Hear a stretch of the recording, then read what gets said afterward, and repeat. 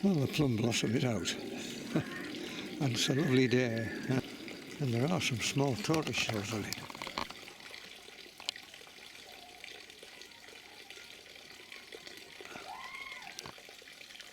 Lovely.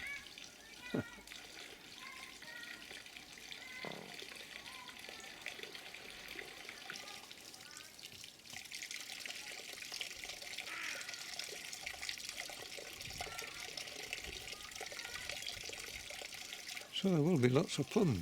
I thought it was cold weather. It's a little bit warmer today. And on some of the branches, the blossom is just absolutely dense. If every one of these turns into a plum, we'll have thousands. A honeybee and a little wasp.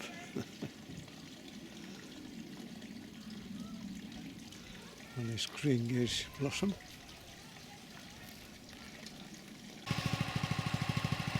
Well, just went out with the rotivator.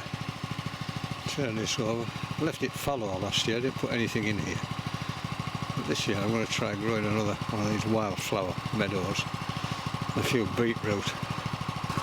It's incredibly stony ground, it really is. But the soil itself is really nice. Every year I pick tons of stones up here and it doesn't seem to make a bit of a difference. Every time you rotivate you turn a few more up. It's a great machine. Puts around that. See there reverse, neutral, forward, and then forward with the tines turning round.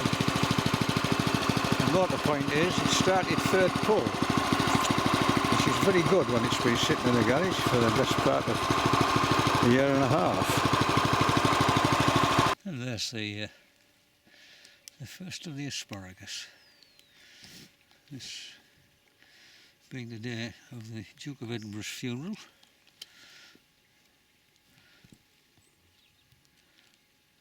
We could do some rain, mind. We haven't had any rain for weeks.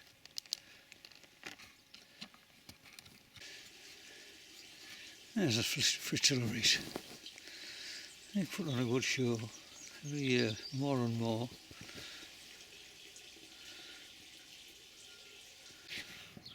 Well, it's April the 22nd. It's time to pick some of this asparagus before it gets any bigger and becomes tough. This will be the first of the season.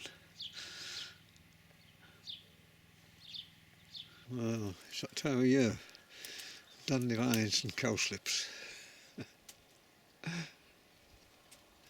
Everywhere.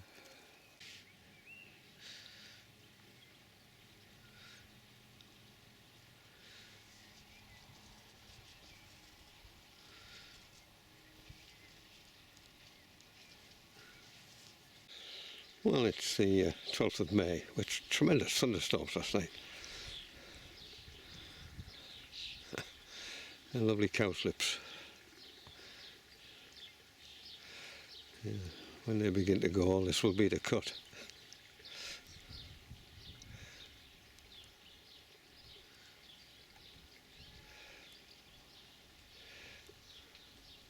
And the asparagus continues to come, although some of it's been knocked back by the frosts.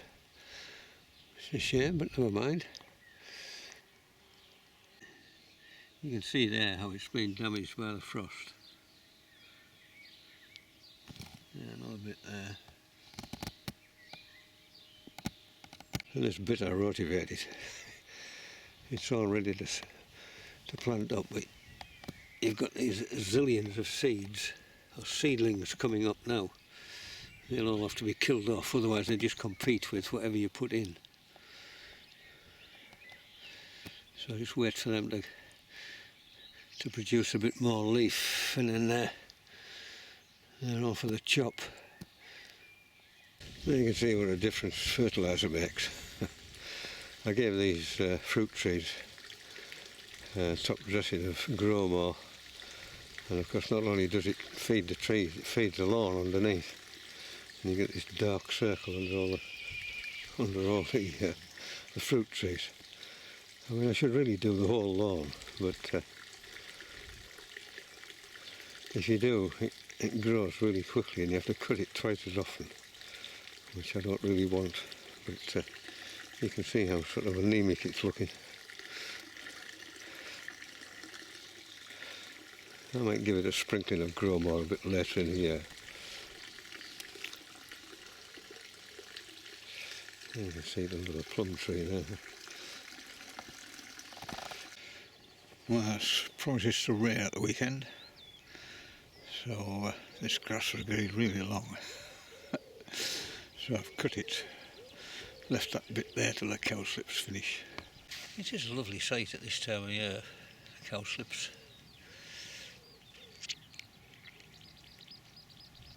You get more and more of them. Lots of strawberries.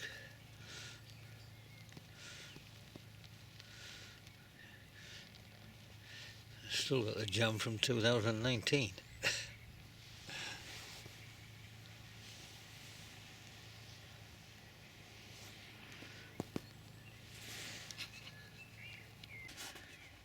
And still picking asparagus. Eat it every day just to keep up with it.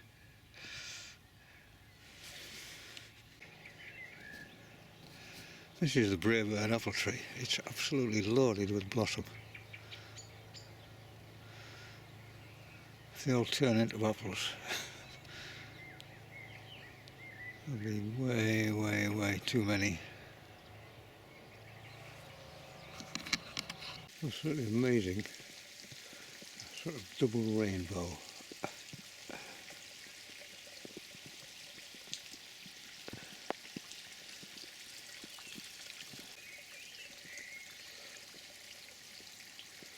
They're wonderful things, they are, rainbows.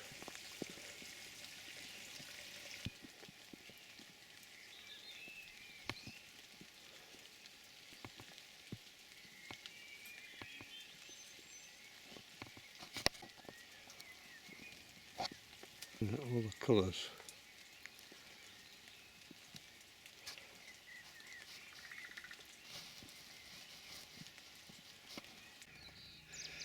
It's the 22nd of May 2021, after the driest and coldest April on record. We've had the wettest May on record so far. Horrendous, and the temperature's never got above 15. Today it's 12, and I've been putting off sowing these seeds in the hope of something a little bit warmer, but the time comes when you just have to get on with it and hope they survive. So I'm going to give these a go. Seeds come mixed with vermiculite. Just a sort of sterile gardening product, so that you can you spread the seeds nice and thinly. I've been wanting to grow one of these for ages. I've tried several times without any great success, and it certainly never turns out anything like that. So you just shake the box and scatter them over the soil. And this is another one.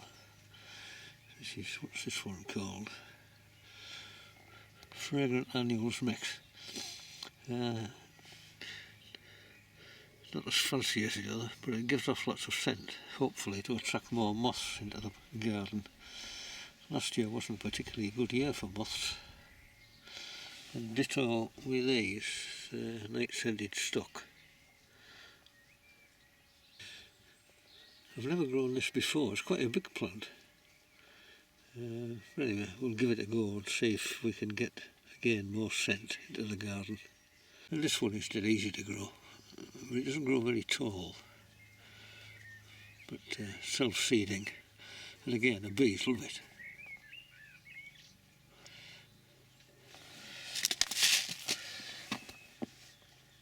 And the only vegetable I'm going to grow this year is some beetroot, which I'll pickle. I'm not a great lover of just boiled beetroot. sort of earthy, tasteless stuff. But with a bit of pickle and some sweet vinegar, spicy sweet vinegar, it's lovely stuff. So this is one of the plots where I'm going to sow these flowers. And when I've tried these in the past, one of the major problems is large weeds which take over everything. And the flowers which you grow don't flourish very well. So the important thing is to get rid of weeds. And when you think you've got rid of them all, suddenly more and more of these little weed seedlings appear. There's only two ways of getting rid of them. One is to spray them with a glycophosphate weed killer, such as Roundup, which a lot of people aren't very happy with, but I find it works really well. Or secondly is to cover the whole lot with a light proof sort of plastic sheet you can buy, or if you've got a large old carpet stuck away somewhere, that also keeps the light off. And if you leave it for several weeks, eventually all the weeds will die off. There may be some sort of perennials that keep coming, like nettles, but most of them will die off. Anyway, this has been sprayed, so the potato coming through, but I'll just dig that up. And this is another patch of wild ground. I'll try them on there as well. You can see that it's been sprayed, probably needs doing again actually, but we'll live with it. Otherwise you spend all your time pulling weeds out, you have nothing else to do. So the first thing I'm going to do is just give this a rake over. With all the rain, you see all the stones exposed on the top. Tons of them. I'll pick off the biggest. I do it every year. You never seem to get rid of them all.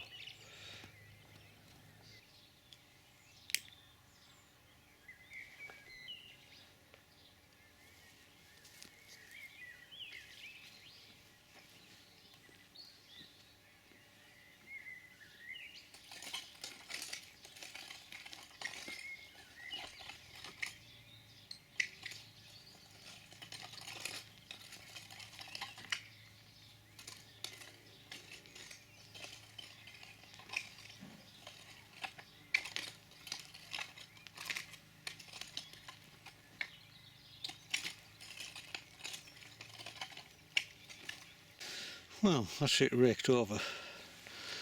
Now, according to this, just give the box a good shake and scatter it over the surface. You don't even have to rake it in.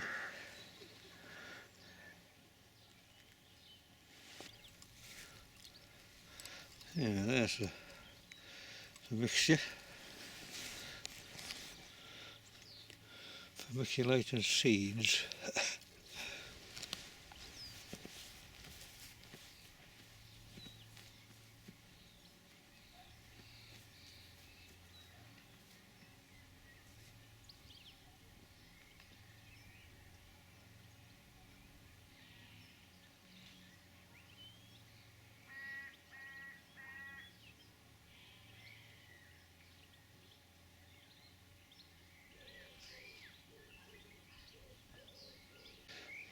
Well, that's this plot done. And the nice thing about it is, because of this vermiculite, you can see where you've been.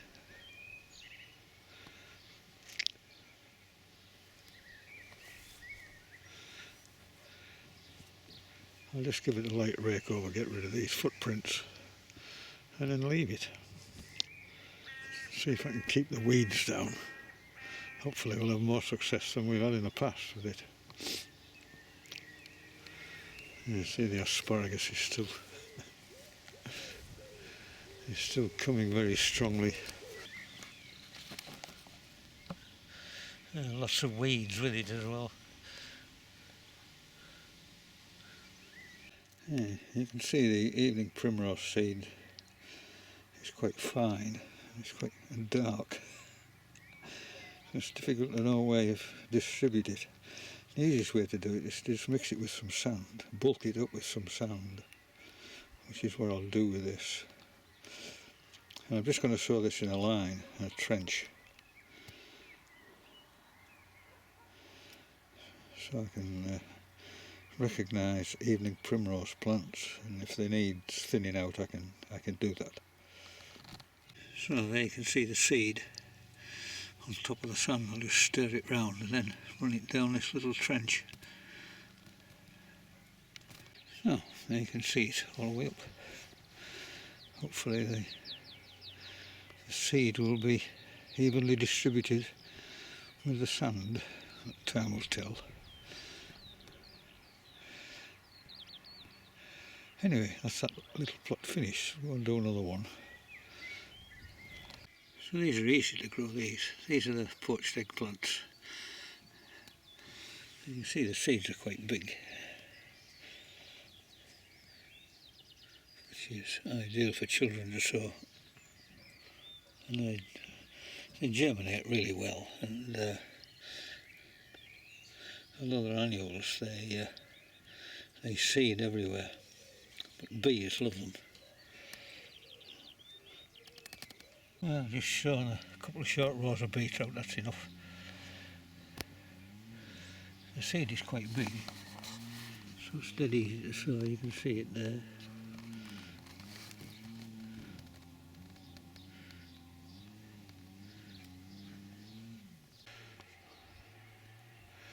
Well, this front lawn is looking a little bit insipid.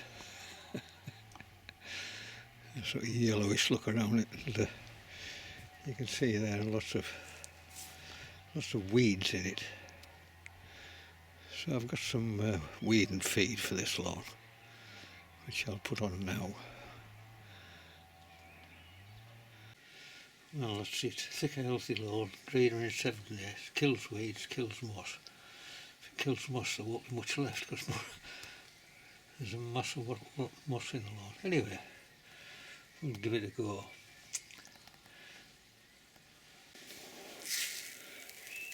Well, that's what it looks like. It's quite powerful stuff. I've used it before. It's very easy to put too much on. Be a bit too enthusiastic. A spreader, to put it on a spreader, especially for this. But I'm not doing a massive lawn, I'm only doing a small lawn at the front.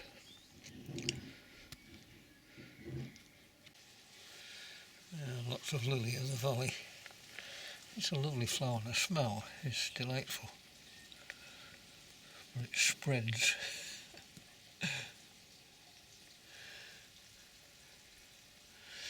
Everywhere. There you can see on the house where I've taken that Boston ivy right down.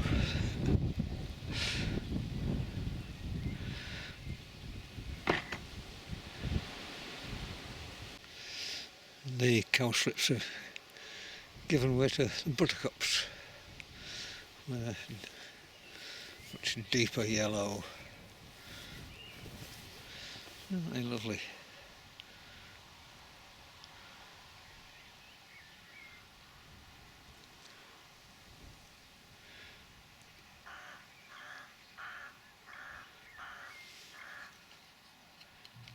And there's some chives appearing.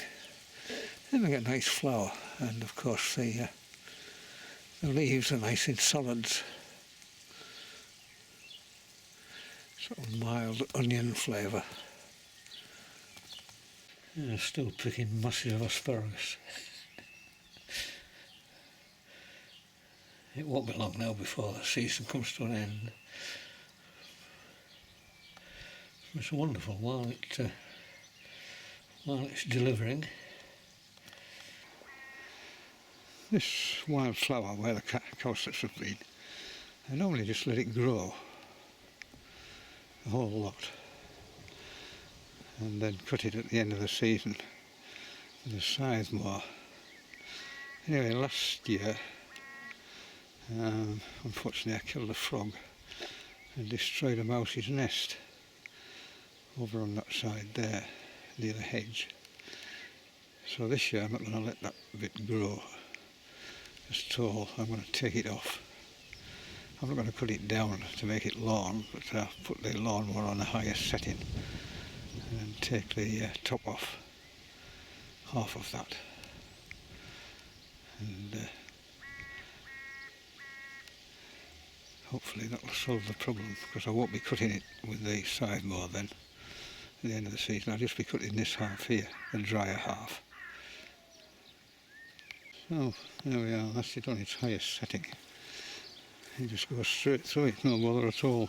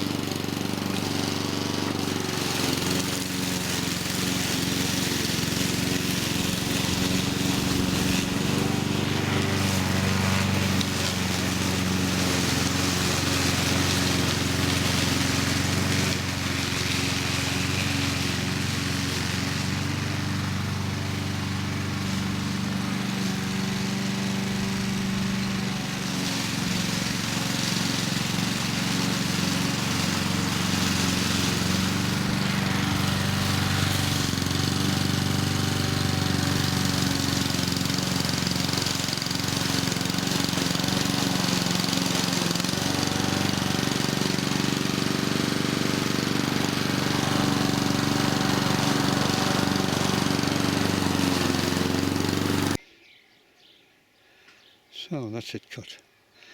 There are one or two plants which I want to encourage in here, and where they are I've left it. So there's red clover, and I think this is yellow rattle. It's not in flower yet. It's nice to encourage that as well.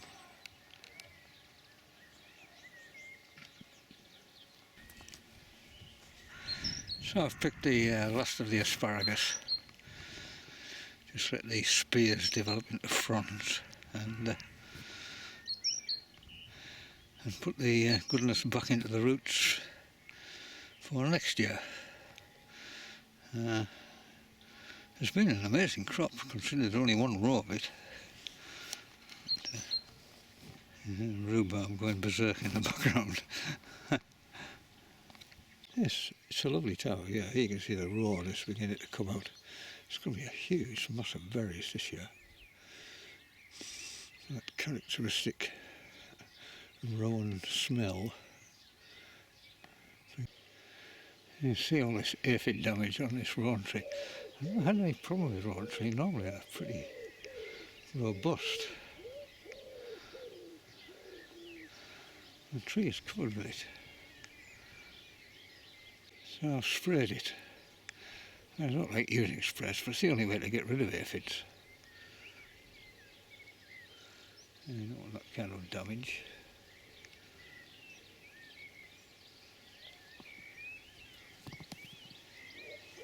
And the hawthorn blossom is at its best at this time of year. End of May, beginning of June.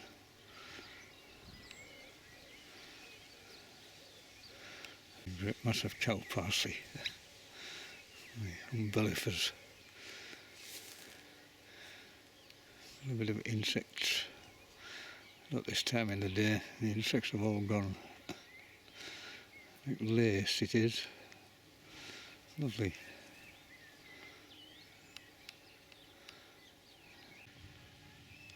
There's a wonderful display of red campions. Stunning. This bright sunshine.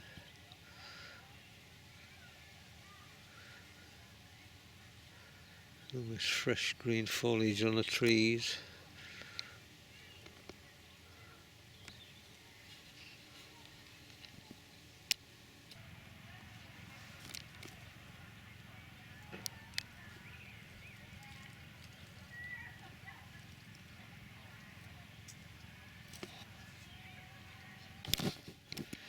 And also amongst them are these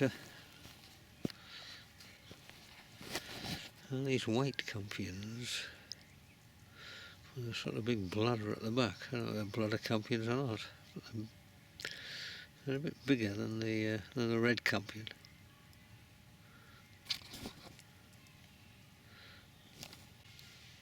And there's a lot of sorrel this year, which I've not had before.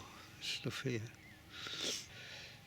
It has these lance-shaped leaves, which they're quite tart, quite sour, lemony. It's quite nice in salads. I think you can make a sauce that goes with fish. There's all this fresh new foliage on this miniature spruce tree.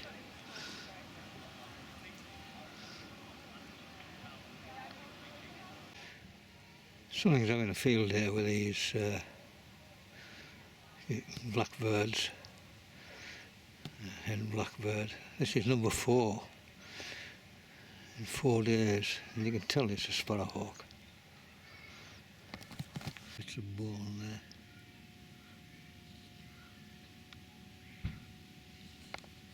There's another little bird. I'm not sure what it is. I don't think it's a blackbird. It's too small. That's a great shame. You go to all that length to attract birds into your garden. Sparrowhawks and cats and decimate them. And there's one. It's just pulled to bits on top of the hedge.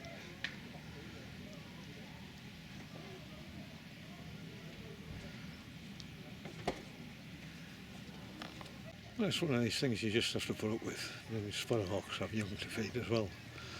It just so happens their favourite food is blackbirds. Or small birds in general, but blackbirds in particular. So there's not a lot you can do about it. Nature in the raw. And mason bees. Collecting mud and pollen. One just gone in, there it is, coming back out. It's going back in, going back in, backwards.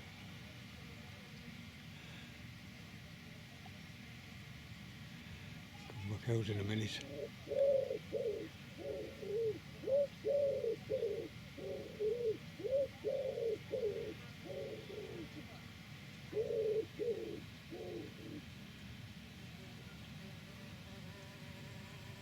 Yeah, back out.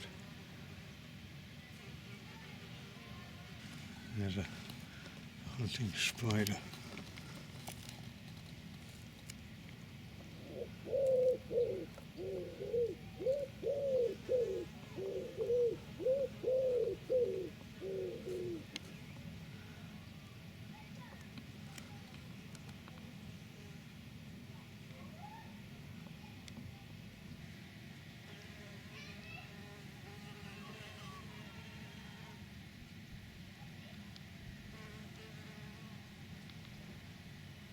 Quick reverse.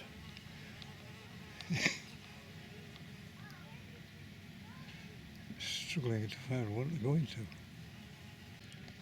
One just gone in there in that brick.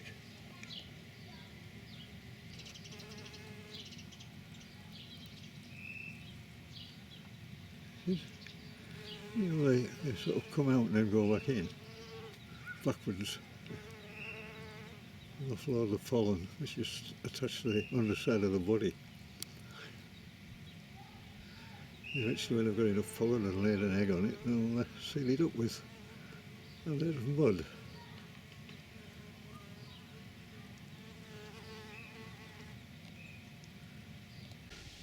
The centrepiece of the garden used to be this wonderful weeping ash tree, which unfortunately has fallen to ash dieback, and it struggles on.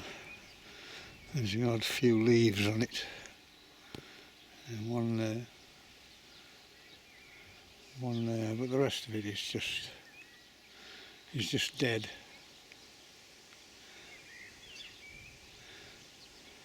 I'll just leave it to gradually fall apart. A few years ago I made a video about putting this gate, fixing this gate, and somebody's just made an inquiry about is it still okay? Now it's absolutely spot on. That'll do me.